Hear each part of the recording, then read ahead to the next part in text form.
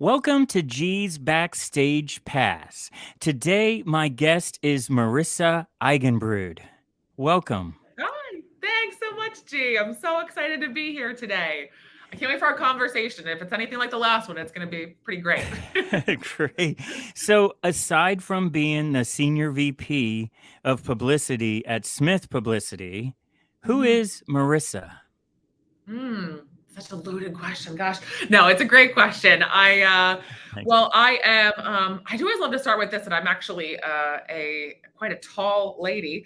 I'm almost 6'4", almost 6'3". Okay. Actually, I'm giving myself a little extra there, but and so I always love love to command a room with a presence, but really getting down to brass tacks. I am someone who is truly passionate about helping and supporting people wherever I can. And I get to do that through my work, and I get to do that Yeah. through our team here. Love to have it roll over into family and friends, of course, too. But Mm-hmm. in my 13 years that I've been here at Smith, which is just Mm-hmm. such an exciting journey that I've been on. And I feel so fortunate to really have spent most of my career at one company. That's And amazing. it's just Nowadays, not that's common. amazing. Yeah, Yes. I mean, it Yes. doesn't happen in, Yeah. especially in the millennial generation that I do fall into, and Right. so to really get the chance to see the company grow and evolve so much, but to Mm-hmm. leave my mark in so many different areas, and to be where I am now, I get to have a hand in working with authors and developing their Mm-hmm. strategies, and in really working toward reaching their goals through media and through their books. But Mm-hmm. I will say the piece that I love the most is just being able to support our team, Yeah. to make sure they feel like they're being heard and valued, and that they have what they need to get their job done, and that they have as much work-life balance as can exist in the world of Yeah. publicity, which is Yeah. crazy Yeah. and Yes. always Yes. going at full force. So otherwise, I'm a wife. I'm a Mm-hmm. fur mom. I've got a dog and three cats, and I live Nice. outside of the Nice. suburbs of Philadelphia. Nice. And I am an avid Peloton fan as well on my bike. Okay. All right. Big Peloton fan. So that's a good bit about me there. And I like we were saying before we started recording, I love the background. I was like, is that one of those CG Thank backgrounds? And you. that's like that's the clouds I are got perfect. lucky. You got lucky. Yeah, it's funny. I think where my office is here in our Cherry Hill, New Jersey office, it's just Mm-hmm. I ended up with this like great sky behind me from the fourth floor that we're on, That's and awesome.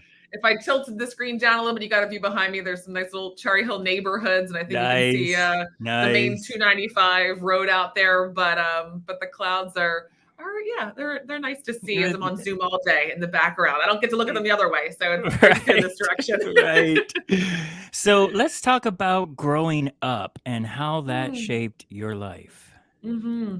Sure. Well, for me, I'm an only child, Mm-hmm. and so I've been very close to my parents my Mm-hmm. entire life, and with a very just close family. I feel so fortunate to just have just a beautiful family unit within our immediate family, and just the extensions beyond that. That spent a lot of really beautiful memories and time together, Mm-hmm. and I really look to different kind of points in my life where, as an only child, I think I was a little more introverted, and kind of kept myself a little bit more as Mm-hmm. a little kid, but met some really amazing people kind of through life, through some beautiful friends and teachers who helped me come out of my shell and really embrace who I was, Nice. embrace the height too. That was not easy Right. growing up, Right. and to really help me to identify kind of who I was, and what I wanted my voice to be. And as I got older, that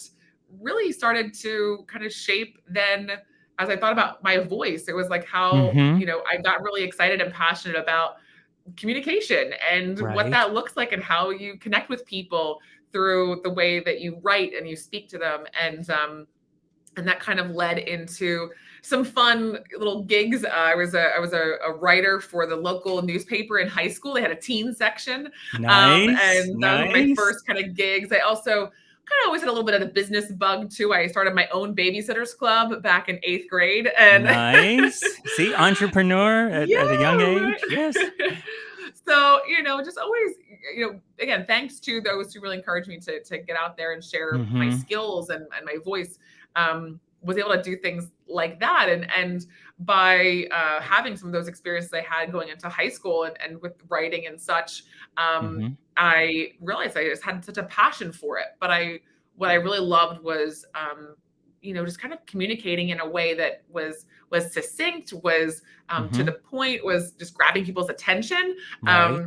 And so becoming an author, not probably part of my my future, but being able to communicate and get people engaged was really exciting to me. So that was kind of what led to public relations as my focus going into college. And Yes. I went to Marist College in Poughkeepsie, New York, Poughkeepsie. small Okay. liberal arts Yep. school. Yep. Yeah, Yep. it's 5,000 undergrad right on the Hudson River. Mm-hmm. Mm-hmm. And one thing that actually ended up happening, talk about coming out of your shell a bit, was when my freshman move-in day, my parents Mm-hmm. and I were walking from the bookstore back to the dorm rooms, and they had a cruise shell, a boat for rowing out Mm-hmm. on the green, and this coach goes like this, and I'm do one of those, like, who, like me, like, who are you talking to? Right. Right. And he's like, you. And so again, I'm 6'2" or so at the time. I still grew a little bit in college, and walk over, and he's like, what are you going to do here at Marist? What are you excited about? And I had actually never done any sports before in my life. I Wow. danced, I did theater, I was always Mm-hmm. very artsy. And he's like, "Do you ever try to rowing?" And I, grew up near Boathouse Row in Philly. I knew all Right. about it, but it was Right. never a thing. And kind of fast forward a bit there, and I joined the crew team, and I rowed for 4 years at Marist. All 4 years, Wow. became a co-captain my senior year, Nice. and just had met some of my absolute best friends through that experience, from college, and felt like it was such Wow. a beautiful grounding moment in going away to school, especially it's about 3 hours from home. So again, the only child thing, it was a little tough sometimes, but I felt Mm-hmm. like I had this other family at school, and could stay very grounded in my schoolwork and stuff too while I was there. So I am graduating from Marist, again with a Mm-hmm. degree in public relations and a minor in business. Mm-hmm. I graduated in 2008. Okay. Really great year. Really great Yep. year. There was a nice recession going on. So a lot of people were Yep. not I know. not I hiring remember. I remember. marketing people at the time. Um, Yeah. and I ended up getting this really exciting internship Mm-hmm. at a company in Philadelphia called 160 over 90. They're a branding agency, Okay. and got to just have some really cool experiences there for about 7 months. And through Mm-hmm. a friend, a family friend, I had heard about this book publicity company in Cherry Hill, New Jersey, and I said, first of all, what's book publicity? Is this even a thing? Right. Right. Didn't even know it was a world that was an option, and Right. ended up getting an interview, and the rest was history from there. And so, Nice. just again, it kind of aired on the side of the career and the direction it took me, Mm-hmm. but I do attribute so much of it back to the just our early people helping me kind of find my voice and my path, and that was through communications. So, do you think that because you're part of a rowing team and that's all about working together as a Mm. team, like Mhm. literally, I'm not familiar with it as much as you are, of course, but my understanding is that everybody has to be on the exact same frequency at the same Mhm. time in order to work together. Do you think that that may have really helped, lay the groundwork of now, because you're overseeing like this huge team and you're working with Yeah. teams? Do you think rowing had something to do with that? Oh, I love that you mentioned that, G, because I had the opportunity to attend this leadership workshop, 2-day workshop Mm-hmm. with a gentleman named Doug Conant. He's the former CEO of Campbell Soup. Again, Okay. great Yep. local company, Yep. and locally based company, of course. And in that, we were encouraged to come up with, kind of a visual for Mhm. our leadership style and our values, and kind of what does it look like in a visual. And mine was a boat, a crew boat. Nice. And so I did see that as, very much it is about being very aligned. It is about Yes. there has to be a lot of trust. There's so much Yes. trust in Yes. rowing, that the thing is, it's important to be on the same cadence, the same frequency you said together. Mm-hmm. But if you are not pulling back fast enough and the other person in front of you pushes back faster, there's a good chance they're going to slam into your oar in their back. And so you have to Oh trust my the person God. behind you and the person in front Oh, of you wow. to be on that cadence together, and to, again, you can hurt yourself and you can get, really thrown off by it. So there's a Wow. lot, and it's about keeping the boat balanced. I think that's a Right. really critical piece that I love to take away, is finding balance at all times, whether it's Hmm. work and life, whether it's, Yes. just the stresses that we're facing. Publicity and public relations has often been included on like the top 10 lists of most stressful jobs, because we have no Yeah. control over Yeah. whether or not Yeah. media decide to respond to our Yeah. pitches. But Yeah. Yeah. it's great to have relationships, but you can't force anybody to do anything. And so that absolutely has carried into who I am as, not as a leader, but I think as just a colleague, and what I want to make Right. sure that I share as my personal values, Mm-hmm. and how I just want other people to experience that through their interactions with me. So it absolutely is a key thing that I always kind of have in the back of my mind, is that visualization of the crew boat. Yeah, like my background is touring on the road, as a tour Mhm. manager overseeing the whole tour. But like Yeah. behind the scenes, nobody knows when you go to your favorite show, nobody knows how many people he, she, and they are running behind the scenes to make sure Yeah. sound and lighting and catering and security, all this stuff is done. So it's like having that team. And I think when authors work with, a publicist and with publishers and marketing and branding, Mhm. and businesses work with, it's, if you think of it like a team, and I love that Mhm. analogy, like you said, with being in crew, Mhm. everybody had to work together at the exact same, like, have their how do I say this, like their strength, their skill, everything Mhm. had to Oh be yeah. aligned, because otherwise you could flip the boat over, right, or Completely. get hurt. So it Yeah. really relates to business, that it's not, okay, this person works for me, I work for this person. It's more of like a team, like we're all working together with this one goal in Mhm. mind. And that leads me to ask, like, it's so important that we know our why. Mm. How did you know that this is what you want to do with your life? Oh my goodness. Well, I think that I just had, again, kind of going back, I think that just the communications piece of it, and Mhm. um, knowing that I wanted to help people to communicate their message in a way that people could connect with, Mhm. um, was very much the foundation of it. But once I actually learned about this whole crazy book publicity world, and I realized it was Right. a thing and got into it, Right. Right. the just incredible vulnerability Mhm. that authors show. I don't care if you're writing a leadership book or you're sharing your memoir about, a very personal and serious, challenge you may have faced. Right. Whatever it is, you are putting yourself out there in such a way. You Hmm. are, willing to just share your creativity, share your voice, share Mhm. your ideas in such a way that can be so easily criticized and shot down. And the fact that as I got to meet more people and learn about the inspiration behind their books and their Mhm. whys, Mhm. that further solidified why this is the right space for me, because I just got to be a part of something that was so special and so important to each of these people. And again, for one, it might be that it's so super important because it's going to help elevate their business to the next level. For others, Right. it's so important because they are using this as like, it's like cathartic and sharing, a Right. traumatic story they've been through. Right. Or they've written a children's book and it's a grandmother and she's writing this story for her Right. grandchildren. I mean, it's just Right. all Yeah. so beautiful, and in its Yeah. purpose, and its own why, that I think is what has kept me here for so long, and Yeah. outside of the amazing company, but just kept me in this Yeah. industry for so long. And what I love in my work now, again, I do, as I said, a lot of work within the team and supporting them, but Mhm. I do a lot of work with onboarding our new authors too. And Mhm. what I always ask at the beginning of every conversation I say, why this book and why now?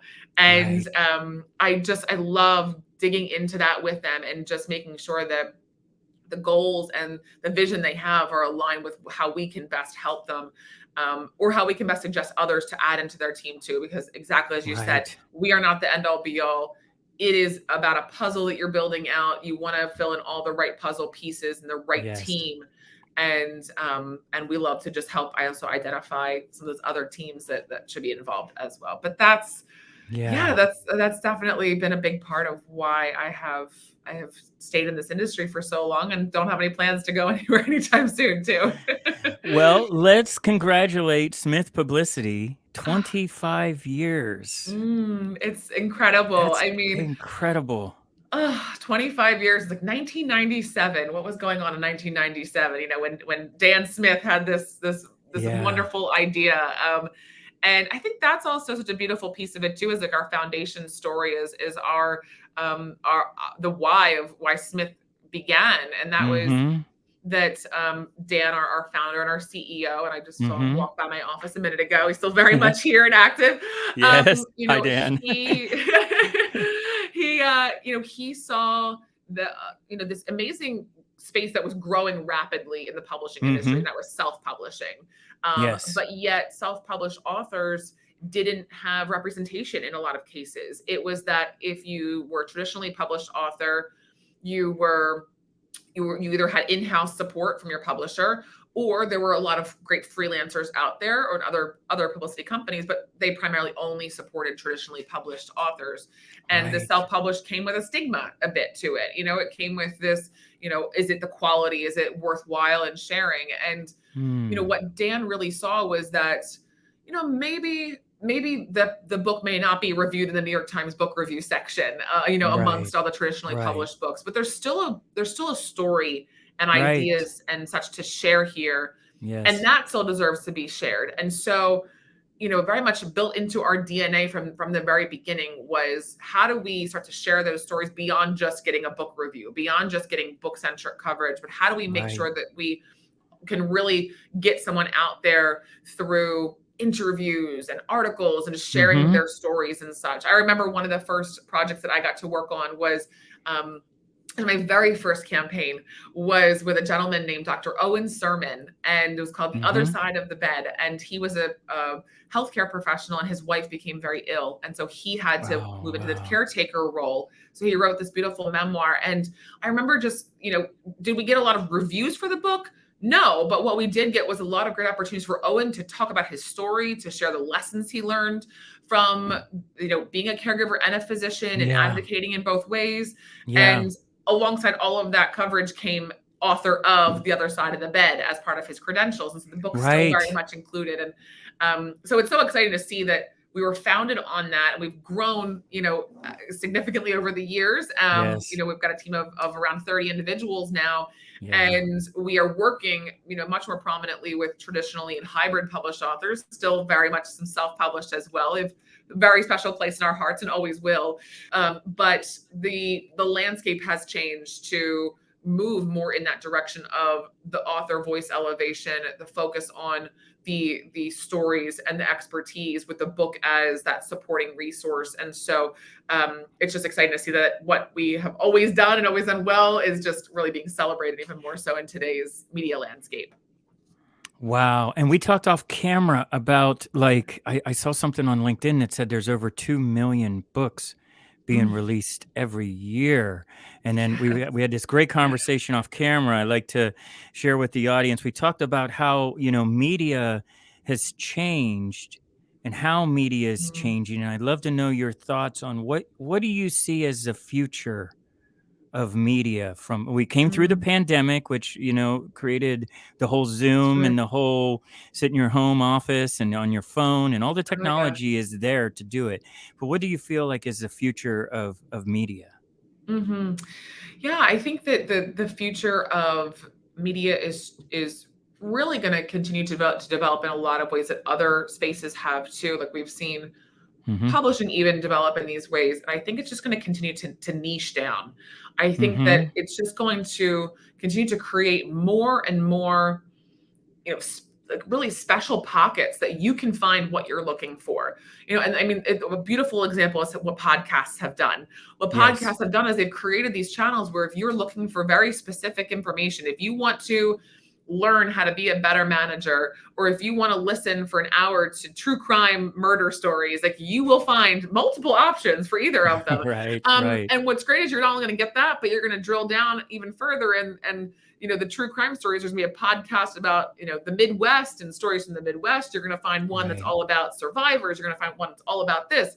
So it just Right. continues to niche down, and it's just allowing people to really find the content that they want versus, I think, trying to kind of scour through these more kind of well-known household names for stuff that might apply to them. So I Right. often say when we're in a campaign with someone, it's wonderful to focus on what we call the brand builders. That's the Today Mm-hmm. Show, that's the New York Right. Times, that's Right. Right. Fortune, that's Huffington Post, these outlets that everybody knows, their household names, and they help to elevate your brand. But is Right. that really where your target audience lives? Does someone who wants to learn about a new diet that they want to try out, are they going to open Mm-hmm. up USA Today to find that? No, they're going to go online and they're going to start searching for blogs and fitness Right. people and different sites Podcasts to and exactly yes. listen to Yes. podcasts and find what those suggestions are there versus just hoping it's going to be in USA Today that particular day.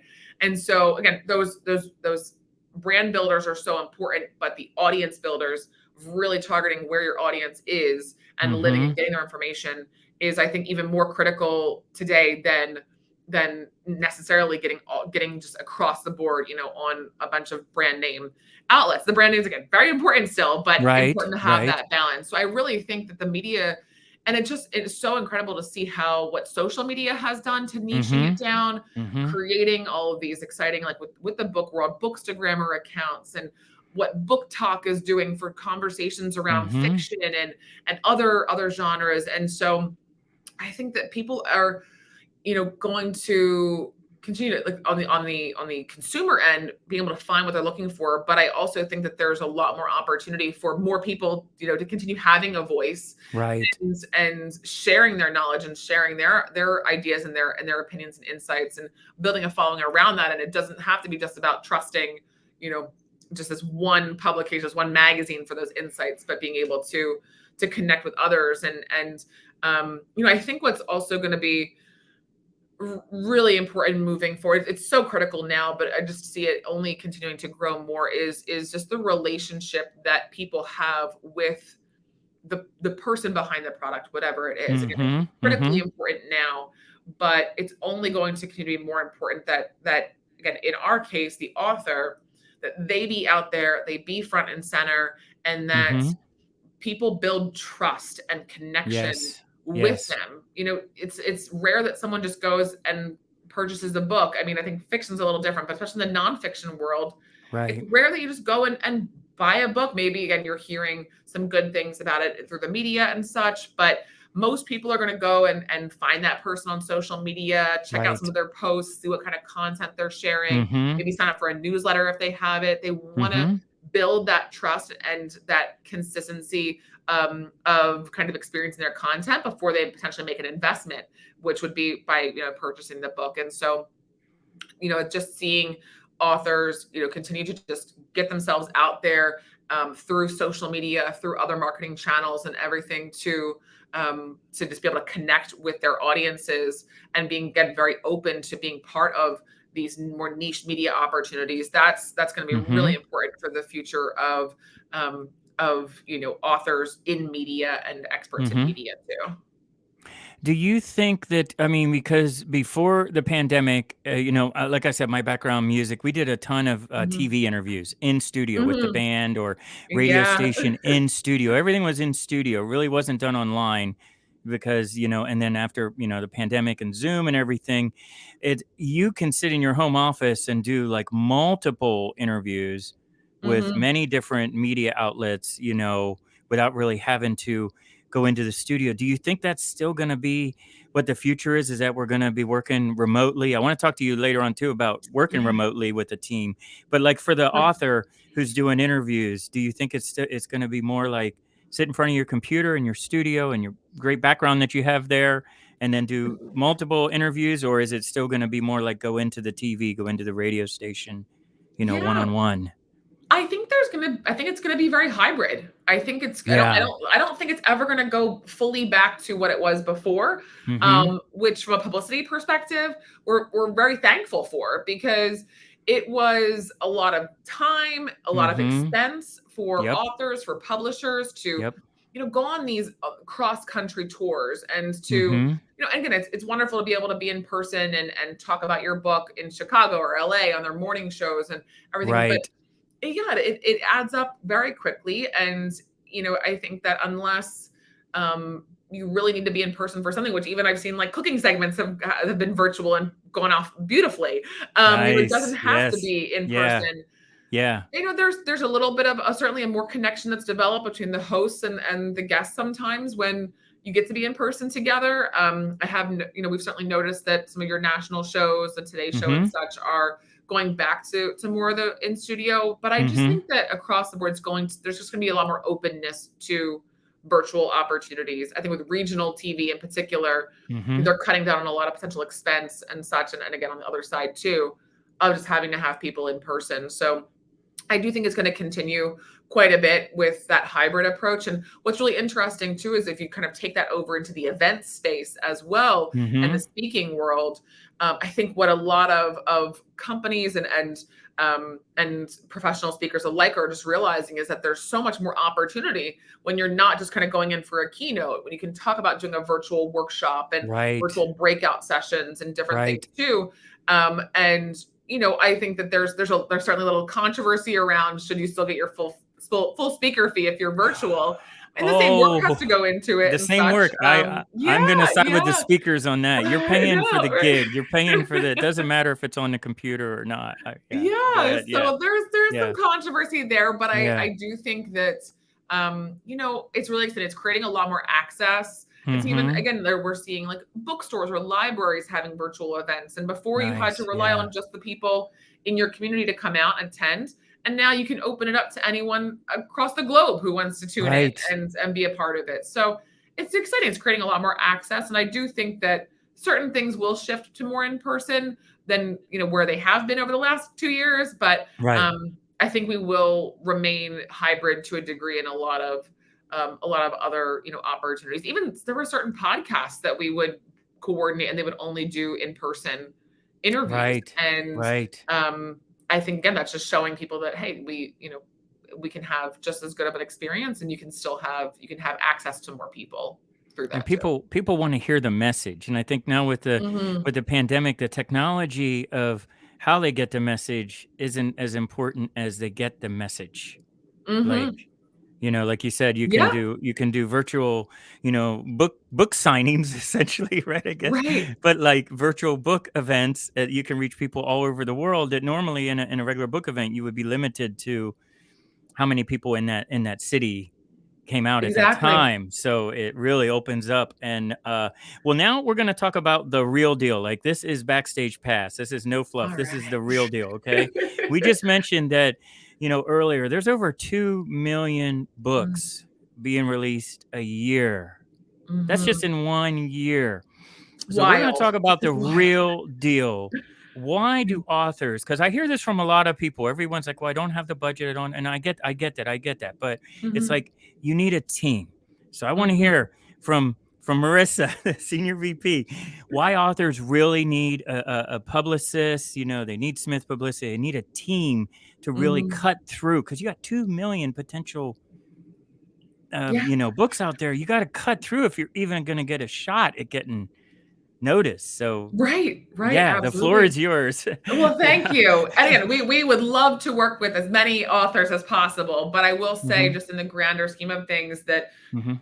just that there's so many options that are out there for publicists. And working with a bigger team like ours does come with maybe a bigger price tag than it is than if you're going to work with a freelance individual person. And just dependent Mhm. upon where you are, there are options. And that's why I always want to encourage people. I think they're very quick with publicity to think I don't have a budget for it, but explore Right. your options. You don't have to just go to some of the bigger names that are out there like ourselves.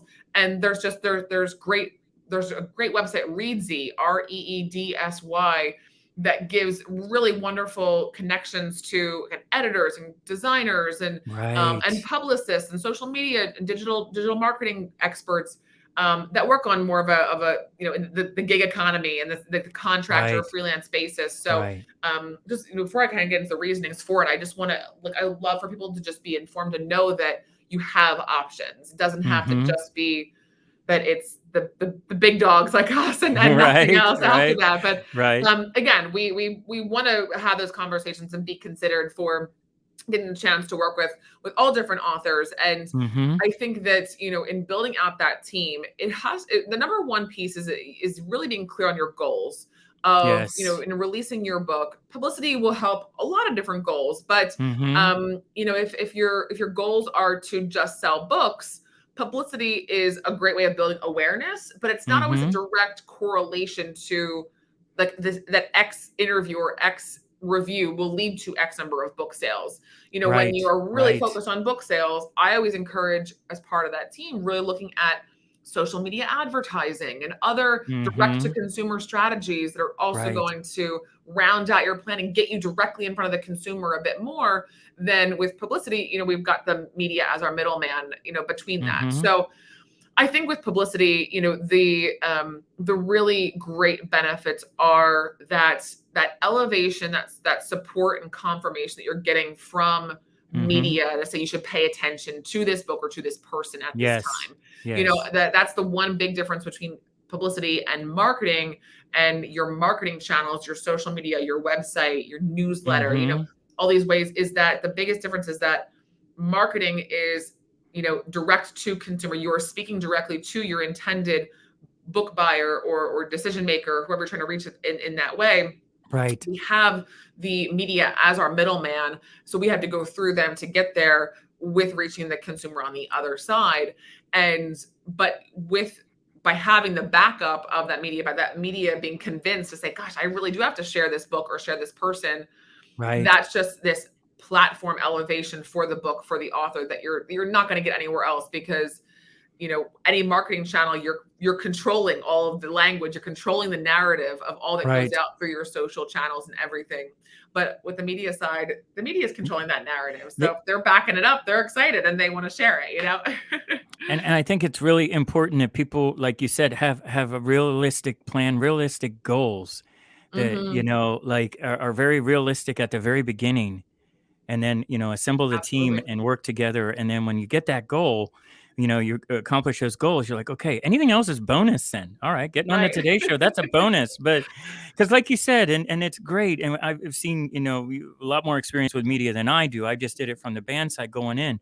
But Sure. Yeah. when you get on TV, you're like a segment. You're like three Yeah. minutes, 4 minutes. Right. And it's like, it's great. But like you said, with, just sharing your story through podcasts where they can really sit Hmm. down and talk and get to the reader can really get to know the author, and social media. And so I Yeah. think there's so much importance put on that you have to be on TV to be successful, and that's a part of it. But Hmm. there's also a lot of people that, if you find the right audience and Right. you're Absolutely. authentic with them, then yeah, Yeah. that's And yeah. the piece too is that kind of going along the lines with that, G, is, the TV interview is great to get. And like you said, it might only be 3, 4, 5, 6 minutes long, but Hmm. then it's what you do with that. So you may not get Right. the chance to talk for a long time. And again, it's still a great clip to have, and it's a great placement. It's Hmm. great for SEO. It's great Yes. for, Yes. your presence online and people are finding Yes. you. But when you have those marketing channels established, when you have, again, you don't have to have a million followers on social media, but when you just have that consistency and that established presence online, Hmm. then you take that clip from your interview on Good Day Philadelphia, Right. and Right. you add it to your website, to your media page. Say it's featured on Good Day Philadelphia. Yes. And then Yes. you take it and you share it on your social media platform and you say, hey, check out my recent interview on Good Day Philadelphia. And then a month later, when there's a story that connects back to what you talked about in that interview, you reshare that interview again and you use it Yes. again. So you're not just getting your 15 minutes of fame in that one moment, or your Right. 5 minutes of TV, but you reuse it, you maximize that awareness that's been built, and you use it to support yourself for well after the actual interview itself airs. And that's why we emphasize how critically important it is to really have your Sunday best on, like have your website looking in good shape. You don't have to have a crazy website with all these bells and whistles. There's a solid one-stop shop of information. You want to have at least one social media channel that's fairly active, that you are being consistent with your content on. I always recommend, don't overwhelm yourself with too many social media platforms. Think about where your target audience lives and just focus on that one. So if you're in the business space, focus on only LinkedIn and just spend your time there and just be consistent with your content. Don't post for a week and then drop off for 3 weeks. And, that's just, you're going to lose your momentum. But then when you have these things established way earlier on, and you should be thinking about this, when you're thinking about the book idea to begin with, those things take time to develop and grow organically. And then you're just going to have those pieces in place that you can share the media through, and it's just going to be even more powerful. So it's, when you're making that investment in publicity, you really want to make sure you're ready for it. I like to say that through the book launch process, we're lining up all the dominoes nice and straight. And these are all these different steps of how's the book being published, and do I have my social platforms, and where's my website at, and everything. And the publicity domino is the last one. And then when that last domino falls, the Rue Goldberg goes off after. It's all the bells and whistles and the balloons go flying, and it's super fun because that's what publicity is. It's fun. You get to be out there. But are you ready for it? Are you ready for the attention and the eyes it's going to draw back onto all those other dominoes we set up before that? And again, if they weren't straight, it might not go off in the way we want it to. And that leads back to what we were talking about earlier. It's really important to have a team. A team of people that their job is to set up the dominoes. So like someone coming in, it's not like, oh, I don't know which one. It's like, that's what I learned, like in the touring world. You hire professionals, you pay them well, and then you sleep well because you don't have to worry about anything. Right, exactly. I don't go into my hair salon and tell her how to cut my hair. Like, what you're doing. You know what colors to mix together. Take care of all this. But I still go to Supercuts because it doesn't really take much to cut this. But yes, but that's a really good example. It really is. Like, there's certain things. It's like, okay, like, so well now experts for sure. The name of the show is Backstage Pass. Whole, branding of this is rock star, right? Love it. So now, Marissa, I want to know, who is your favorite rock star? Oh my goodness. Well, gosh, if 7th grade Marissa were answering this question, she would probably say a member of the Backstreet Boys, which quite a big fan still. Don't get me wrong. Which one? Which member? Brian Littrell. Yes, of always course. Have my heart. Always have my heart. Yes, I know. I know some of those guys. Yes. Oh Okay, gosh, I get it. You had the poster. You had the poster on the wall of the Backstreet Boys. I like more than one poster, Jay. Let me tell you. Over NSYNC. It was over NSYNC. We had to cross their faces out. Cross NSYNC. JT, you're out. I was there in the thick of it when I was in the thick of the boy band era, and when I was in 7th, 8th grade and such. So you guys can do the math, figure out how old I am. But I will say, really focusing on the rock space, I am so thankful for my dad in the music that he played, and really both my parents played awesome music. I grew up with, my mom would play Sundays with Sinatra on the radio, and I'd listen to that. She was always playing her disco music, and I listened to a lot of Luther Vandross as a kid. Oh yes, but my dad worked for Campbell Soup actually for 37 years, and I went to Campbell Soup daycare, and so I would ride with him in his truck on the way to work, and he would play Queen. And Wayne's World came out around that time too, and I didn't necessarily allowed to watch Wayne's World when I was 4 years old. But I just knew the scene. I think it was like a TV commercial or something. I knew like the headbanging scene and just everything in the car. And so my dad and I would listen to Bohemian Rhapsody, and I would I would take my ponytail out in the car and I would do this in the car, 4 years old. So I loved their hair was going, and oh my gosh. And so to this day, my dad and I just have such a close connection on everything Queen. I love Queen. I thought the Bohemian Rhapsody movie was amazing. And Rami, he won. Was insane. He was so good. I know. Oh, wow. Gosh. Yeah. But yeah, Queen has a very special place in my heart. So, Yeah. I guess we give Right. Freddie Mercury. If we're to pick a particular rock star, we got to give Freddie Mercury the credit Yeah. there. And what was so great about them is that they're storytellers. They weren't Oh, locked into just one type of, like, that's the thing, like, in the US, everything music-wise was very regulated, like, it's this type, this mhm. radio station.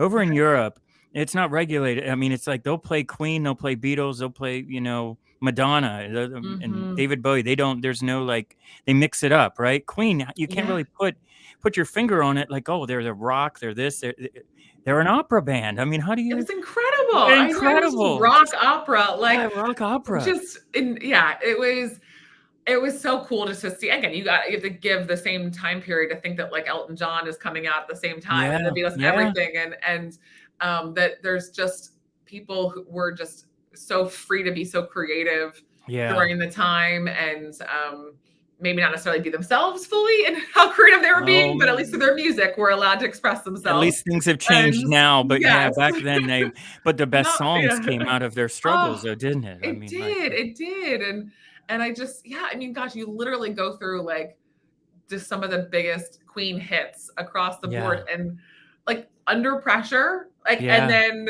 you know, like, put Bohemian Rhapsody and then put, like, Fat Bottom Girls all in, like and yeah, then I know, Bicycle. right? Like, what? How are What? these the same people? That's It's awesome. just yeah. Yeah. Yeah, Oh, like so like yeah. you like you said, that movie was just I'm so glad they came Oh, out with a movie. I'm so glad Rami, was the guy in that movie, and it just showed, mhm. like, how the band worked together and Yeah. just I love all what they're doing. I haven't I've really enjoyed yeah. a lot of these movies that have been kind I thought Rocket Man was so, so good. That young Yeah. actor who played Elton John was so great, and, I haven't seen the Elvis one yet. I haven't seen the Elvis one, I I've heard heard about mixed it. reviews, but I don't know. We'll see. Yeah. I'll definitely check it out for sure, but, I heard there's, another one, I forget who it is coming out. But yeah, I'm enjoying these, biopics that are kind of, Yeah.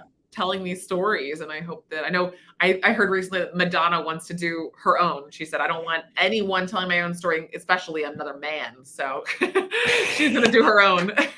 Well, you gotta give we talk about her and Rockstar a lot. We talk about the X Factor and things. You Oh, gotta give it to sure. Madonna. Whether you liked her or not, you had to respect her because Oh my she was gosh. like, "This is my story." She was a marketing still is a Yeah. marketing genius when it comes to creating and really opening up, like, the whole pop music world and marketing and branding Yeah. and sponsorships and all this that now today is just the norm. She was one of the first ones. It Her and was truly, I MJ, mean, Michael yeah, I was Jackson. I just mean, gonna it's say like that. You're yeah, just gonna say Pepsi, that. I was like, right? Yeah, yeah, her and yeah, MJ were yeah. truly, they like set the stage for everybody from there. Like Britney Spears or Lady Gaga Yes, or yes, Beyonce, or, yes. they all just so benefited from the path and the trail that they Mm. blazed. Icon. And yeah, for sure, for sure. Wow. They figured out how to take those talents and that creativity and also, and Yeah. scale it well. So, how can people work with you and your amazing Mm. team at Smith Publicity? Thank you. Well, again, we love to have really great conversations with each person that comes through. Take the time to review their materials. I am always happy to have a direct conversation with someone. So if they'd like to come through me Mhm. directly, they're welcome to reach out to me over email. Mhm. It's Marissa@smithpublicity.com. So Mhm. not too challenging there. We just have a lot of really great information Mhm. through our overall company, through our brand. We have our own podcast. Nice. We bring in a lot of industry experts because again, Yep. got to build that team. Yep. We have a newsletter that we regularly are sending out. Just went out yesterday for August, and just Mhm. sharing. We have a blog that's regularly updated with new Mhm. content, new articles, with just again sharing our insights. It's always been at kind of a core value of Smith, and a part of our mission really is to just provide education and give people direction. Even if we're Mhm. not the right fit, if we can send you in the right direction or Right. help you with some resources, we love to be able to do that wherever we can. And so that's why we have all these marketing different channels and such that are just meant to just share this knowledge. So if you're not ready to have a conversation just yet about publicity and marketing, again, blog, newsletter, Yep. podcast are just some Yep. great ways to just start tuning in to Smith in the And meantime. LinkedIn. We connected through Yes. LinkedIn, Oh and my gosh. LinkedIn Yeah. is Please connect. changed. I thought LinkedIn was always I need a job, I got a job, congratulations on the job. Now LinkedIn is like, I mean, Thought it's just leadership city, amazing. right? Yeah, it's so Yes, no, please. yeah. I share a lot of ideas and discussion points around book publicity and in Mhm. publishing industry and such. So Yep. I would love to connect with anyone who would like to connect and as well all the Smith social channels that we have. We're always sharing a lot of content through those too. Well, Marissa, this is such a pleasure. I know you are Oh, all so mine. busy. You've got so many clients to take care of. I really, really, from my heart, appreciate you taking time to come Thank on to you. the show, to share all this knowledge, we talk music. This is so much fun. Loved it. Thank you. Thank you for coming on. This was so great, G. Thank you so much for having me and for being such a beautiful advocate and celebrating Smith in our 25 Thank years. you. And Thank you. it's been such a great pleasure to meet you and have our fun conversations and hope there's many more to come. This is great. Thanks. So, to learn more about Marissa and her amazing team, log on to smithpublicity.com. All right. Thank So, you. until next time, cheers. We'll Bye. talk we'll Thanks, talk more about G. Queen next time. Oh, can't wait. All right. Cheers. See you. Thank Bye. you. Thanks. Cheers.